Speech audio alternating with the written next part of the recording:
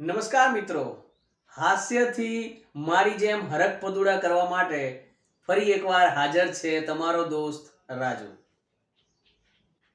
મિત્રો, મને તો તમે હવે બધા બરોબર ઓળખો જ છો, પણ આજે હું તમને આખા પાગલખાનાનો મતલબ કે મારી ફેમિલીનો પરિચય કરાવી દઉં.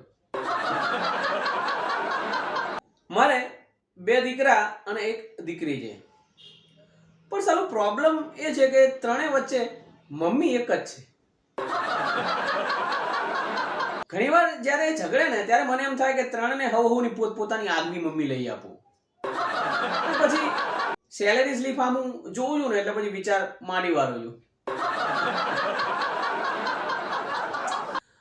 પણ આ ત્રણ બાળકો એટલે આહાહા. છેલ્લા 2 વર્ષથી હું કોઈ સર્કસ કે પ્રાણી સંગ્રહાલયમાં નથી ગયો. વગર ટિકિટે બધું મફત ઘરે. અને હું તો તમને કહું છું કે તમે ના જશો, મારા ઘરે આવી જાઓ.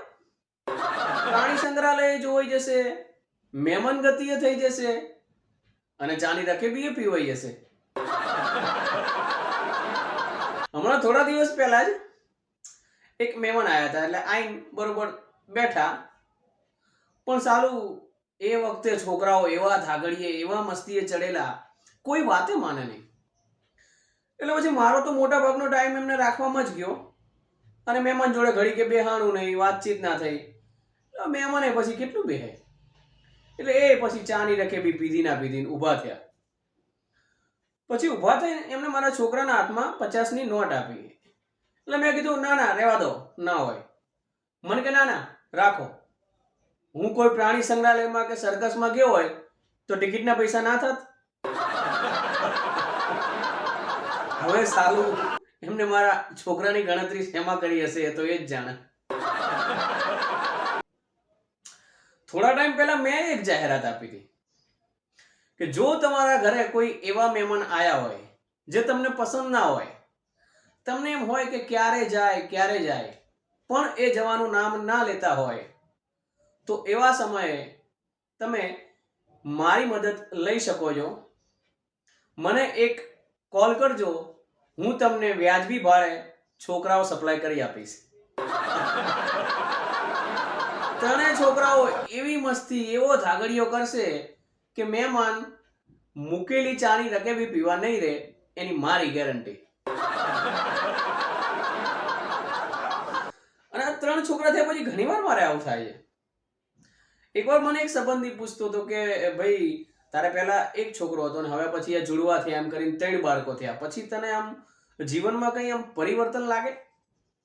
એટલે મેં કીધું પરિવર્તનમાં તો કંઈ એવું ખાસ નહીં, પણ ક્યારેક આમ બહારગામ જઈએ ને એટલે પછી મહેમાન ગતિ 1-2 દિવસ રોકે ને પછી જ્યારે નીકળીએ ને ત્યારે આપણે ઘરવાળાને આવજો કહીએ ને ત્યારે ઘરવાળા સામે એમ કહે છે કે અમે તો આવશું પણ મહેરબાની કરીને તમે ના આવતા.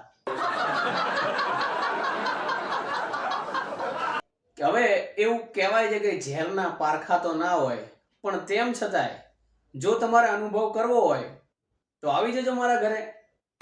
ઘર નંબર A31, Ashutosh residency, Karannagar road, Kadi. હું જોઉં છું આઈને કેટલી વાર બેસો છો તમે. તો મિત્રો, મારો વિડીયો તમને કેવો લાગ્યો? જેવો પણ લાગ્યો હોય કોમેન્ટ બોક્સમાં મને ચોક્કસથી રિપ્લાય આપજો, જેથી એમાં ઇમ્પ્રુવમેન્ટ કરવાની મને ખબર પડે. બાકી તો હંમેશની જેમ એ જ વાત કહીશ કે હસતા રહો, મસ્ત રહો, કીપ સ્માઇલિંગ માય ડિયર.